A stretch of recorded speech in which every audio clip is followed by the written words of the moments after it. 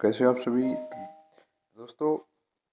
Delhi police के में जो बार बार क्वेश्चन पूछे जाते हैं, ठीक है, वो क्वेश्चन कराऊँ प्लस एक्स्ट्रा फैक्ट चाहिए। मेरा एक्स्ट्रा फैक्ट देखो आपके एग्जाम के लिए बहुत महत्वपूर्ण हो जाएगा मेरे भाई, ठीक है। ये तो अलग तो रहेंगे, इससे एक्स्ट्रा फैक्ट बहुत महत्वपूर्ण है। एक बार वीडियो आप जरूर देखना भाई, आपको पता चल जाएगा किस क्वालिटी का मैं लेके आया हूँ, ठीक है, एक्स्ट्रा फैक्ट, ठीक है। तो इसलिए वीडियो बिना किसी देरी के शुरू करते हैं मेरे भाई, ठीक है।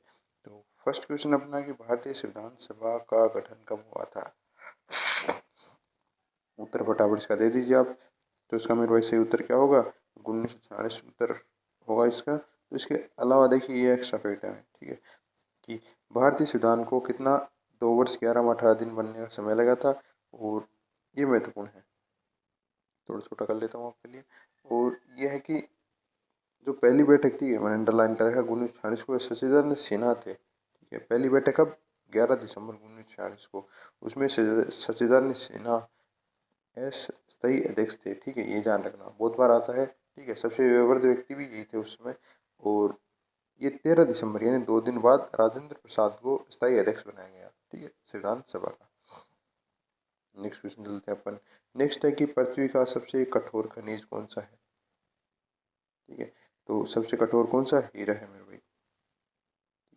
नेक्स्ट है, अब देखिए एक्स्ट्रा फैक्ट है कि सबसे शुद्ध रूप कौन सा है, अपरूप हीरा होता है कार्बन का, और सबसे कठोर पदार्थ भी हीरा होता है। नेक्स्ट है कि गांधी इरविन समझौता किस वर्ष हुआ था। फटाफट भाई इसका उत्तर दे दीजिए आप, ठीक है। तो गांधी इरविन समझौता कब हुआ था, फटाफट इसका उत्तर दीजिए। तो गांधी इरविन कब हुआ था, 1930 में हुआ था, ठीक है। अभी देखो महत्वपूर्ण कुछ चीज़ें हैं, ठीक है। अब 3 गोलमेज सम्मेलन है इसी वर्ष हुए थे आसपास, ठीक है। पहला 1930 में हुआ था, ठीक है। इसी के इरविन पैक्ट के तहत ही समझौता हुआ था कि गोलमेज में गांधी जी शामिल हो। 1930 में प्रथम हुआ था, द्वितीय 1931 और तृतीय 1932। लेकिन गांधी जी शामिल कब हुए, गांधी जी द्वितीय गोलमेज सम्मेलन में गए थे, ठीक है। द्वितीय कांग्रेस की तरफ से द्वितीय में शामिल हुए थे, ठीक है। और तीनों गोलमेज में शामिल होने वाले भारतीय कौन थे, भीमराव अम्बेडकर थे मेरे भाई,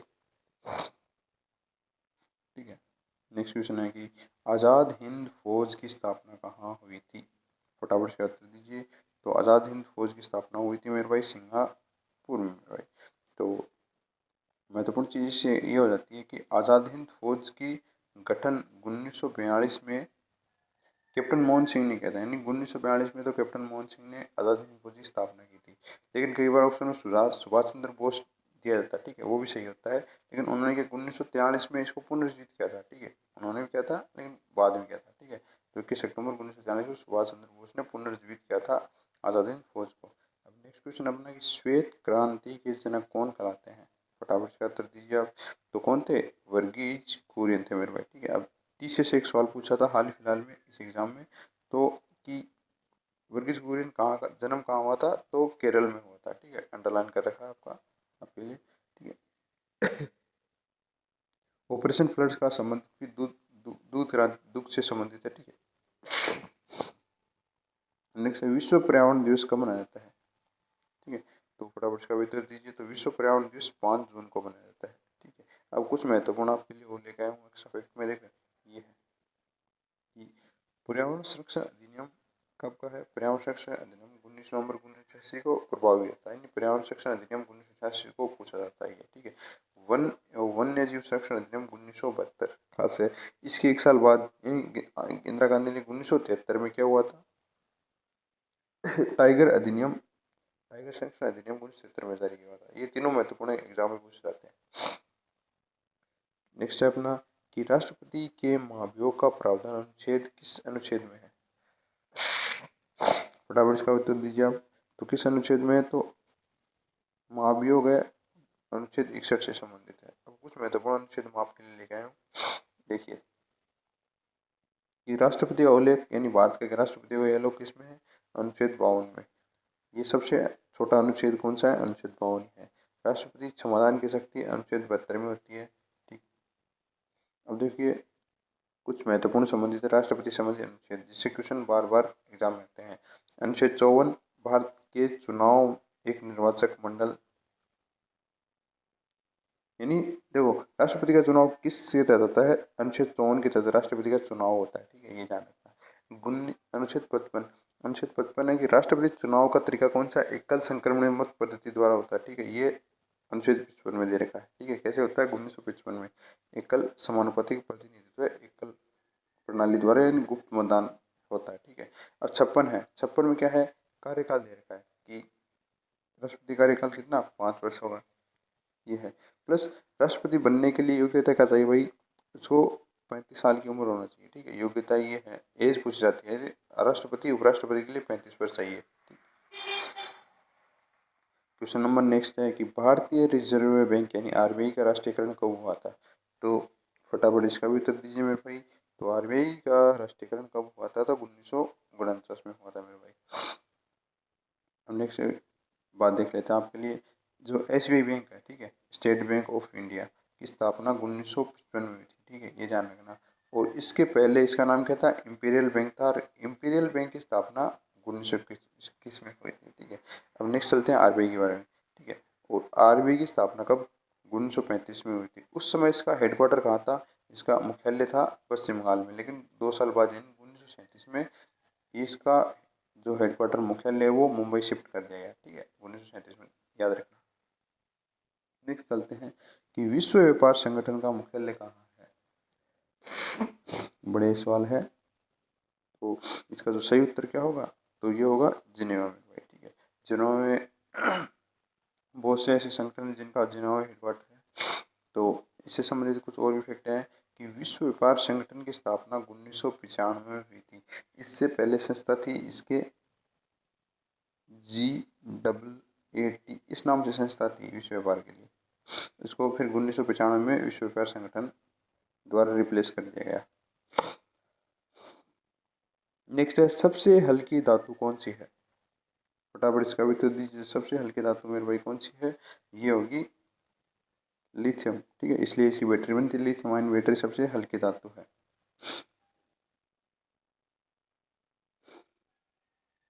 कुछ महत्वपूर्ण है कि ओस्मियम सबसे भारी धातु होती है। अब नेक्स्ट है, तक्षशिला विश्वविद्यालय की स्थापना कहाँ, तक्षशिला विश्वविद्यालय कहाँ है। तो तक्षशिला विश्वविद्यालय फटाफट इसका उत्तर दीजिए। तो तक्षशिला विश्वविद्यालय कहाँ है मेरे भाई, हाल फिलहाल के पाकिस्तान में। ठीक है, इसे पीओके संबंधित है ना, पीओके में आसपास था ये तक्षशिला विश्वविद्यालय। और ये देखिए कहाँ किस समय महत्वपूर्ण था, ये मौर्य काल में सबसे महत्वपूर्ण विश्वविद्यालय था। कौन सा, तक्षशिला।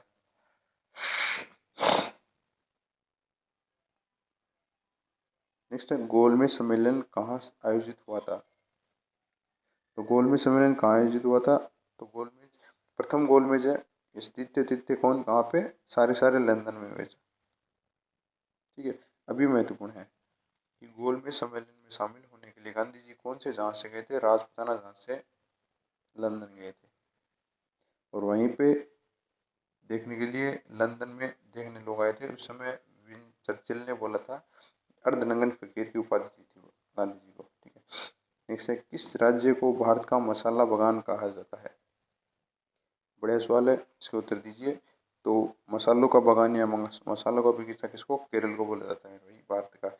और इसमें महत्वपूर्ण एक पहाड़ी आती है, कौन सी, इलायची की पहाड़ी केरल राज्य में स्थित है। दक्षिण में सबसे दक्षिणी पहाड़ी यही है।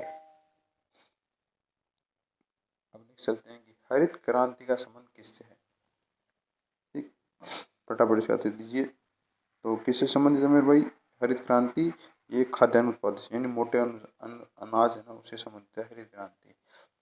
तो देखिए कुछ यहाँ पे ऐड कर रखा है कि हरित क्रांति भारत में कब, 1967-68 के रोलिंग प्लान। ठीक है, 67-68 में उत्तराखंड के पंतनगर जिले से शुरुआत हुई। ठीक है, और विश्व में कौन लेकर आया था, नॉर्मन बोरलॉग नाम का था। ठीक है, नॉर्मन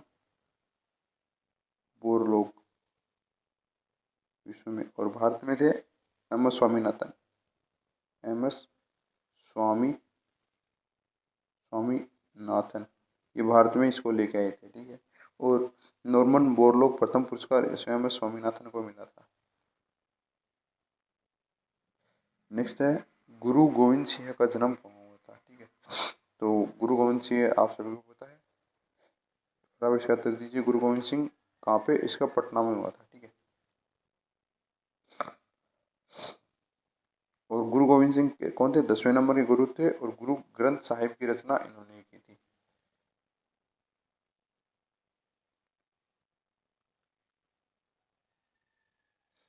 नेक्स्ट है राष्ट्रीय आय का पहला अनुमान किसने लगाया था? राष्ट्रीय अनुमान सबसे पहले किसने भारत में जांची थी या रिकॉर्ड की थी? तो दादाभाई नौरोजी ने किया था। और उनकी पुस्तक है un British rule of India, rule in India, ऐसे कुछ मतलब पुस्तक थी। और ब्रिटिश संसद में चुनने वाले पहले व्यक्ति यही थे, ठीक है। ब्रिटिश संसद में शामिल होने वाले या निर्वाचित होने वाले पहले व्यक्ति दादाभाई नौरोजी। भारत का व्यवहार इंसान भी इनको बोला जाता है। क्वेश्चन नंबर नेक्स्ट है कि कोणार्क का सूर्य मंदिर कहाँ स्थित है? ठीक है, तो फटाफट इसका उत्तर दीजिए। तो कोणार्क का सूर्य मंदिर कहाँ पे? उड़ीसा में पड़ता है। अब इसके महत्वपूर्ण फैक्ट है कि जो भारत में टोटल कितने 4 सूर्य मंदिर है। तो 4 सूर्य मंदिर कहाँ कहाँ पर है? एक तो उड़ीसा में हो गया, इसके बाद एक बिहार में होता है, एक जम्मू कश्मीर में, और नेक्स्ट है गुजरात, ठीक है, नेक्स्ट गुजरात है। अब जो जम्मू कश्मीर के सूर्य मंदिर को मार्तंड उद्यंत मंदिर कहा जाता है, और कोणार्क सूर्य मंदिर है उसको क्या बोला जाता है? Black pagoda. ये यूरोपियन व्यक्ति द्वारा नाम दिया गया है, ब्लैक पगोड़ा कहा जाता है। अब नेक्स्ट है कि किसे लाल ग्रह कहा जाता है? फटाफट इसका उत्तर दीजिए। तो इसका सही उत्तर होगा लाल ग्रह किसको बोला जाता है मेरे भाई? लाल ग्रह मंगल ग्रह को बोला जाता है। ए नंबर सही होगा। और नेक्स्ट है कि जो बृहस्पति ग्रह और मंगल ग्रह, ठीक है, सबसे बड़ा ग्रह बृहस्पति और उसके साथ मंगल ग्रह के बीच उल्कापिंड पाए जाते हैं, महत्वपूर्ण फैक्ट है। और नेक्स्ट है बुध शुक्र पृथ्वी मंगल को आंतरिक ग्रह कहा जाता है, ठीक है। देखो मैं कुछ बता देता हूँ। जैसे ये अपना सूर्य है, उसके बगल में आएगा बुध ग्रह, उसके बगल में है सूर्य ग्रह, उसके बगल में आएगा पृथ्वी, उसके बाद आएगा मंगल ग्रह, ठीक है। ये सीक्वेंस रहता है, ठीक है। तो इस फिर इसके बाद आता है बृहस्पति ग्रह, तो इसके बीच उल्कापिंड पाए जाते हैं। और पृथ्वी के सबसे नजदीक ग्रह शुक्र ग्रह है, और वैसे मंगल ग्रह भी, ठीक है, ये ध्यान रखना। शुक्र ग्रह को भगिनी ग्रह भी कहा जाता है। सूर्य से दूरी के हिसाब से भी बता दिया मैंने आपको, आंतरिक ग्रह बोला जाता है चारों को। नेक्स्ट है कि पुलित्जर पुरस्कार किस क्षेत्र से संबंधित जाता है? तो पुलित्जर पुरस्कार किससे संबंधित जाता है? फटाफट से उत्तर दीजिए। तो किससे? पुलित्जर है साहित्य और पत्रकारिता से संबंधित है मेरे भाई, ठीक। और आज का अपना अंतिम सवाल है कि साइमन कमीशन भारत कब आया था? फटाफट से उत्तर दीजिए। तो साइमन कमीशन आया था 1928 में आया था, ठीक है। और साइमन गो बैक के नारे लगाए गए, जिसमें लाला लाजपत राय महत्वपूर्ण नेता थे, और उनको लाठी मान सिर पे लाठी लगने से उनकी मृत्यु हो गई थी इसी आंदोलन में, साइमन कमीशन में, ठीक है। तो आज की वीडियो में इतना ही मेरे भाइयों। एक महत्वपूर्ण चीज़ और रह गई, प्लीज़ चैनल को सब्सक्राइब कर लीजिएगा। आपके लिए डेली वीडियो लेके आता रहूँगा मैं, महत्वपूर्ण, ठीक है। एग्जाम के लिए मोस्ट क्वेश्चन आपके लिए लेके आता रहूँगा, क्योंकि लास्ट ईयर मैंने भी क्लियर किया था भाई दिल्ली पुलिस के एग्जाम को, ठीक है। तो चैनल को सब्सक्राइब करके रखिएगा।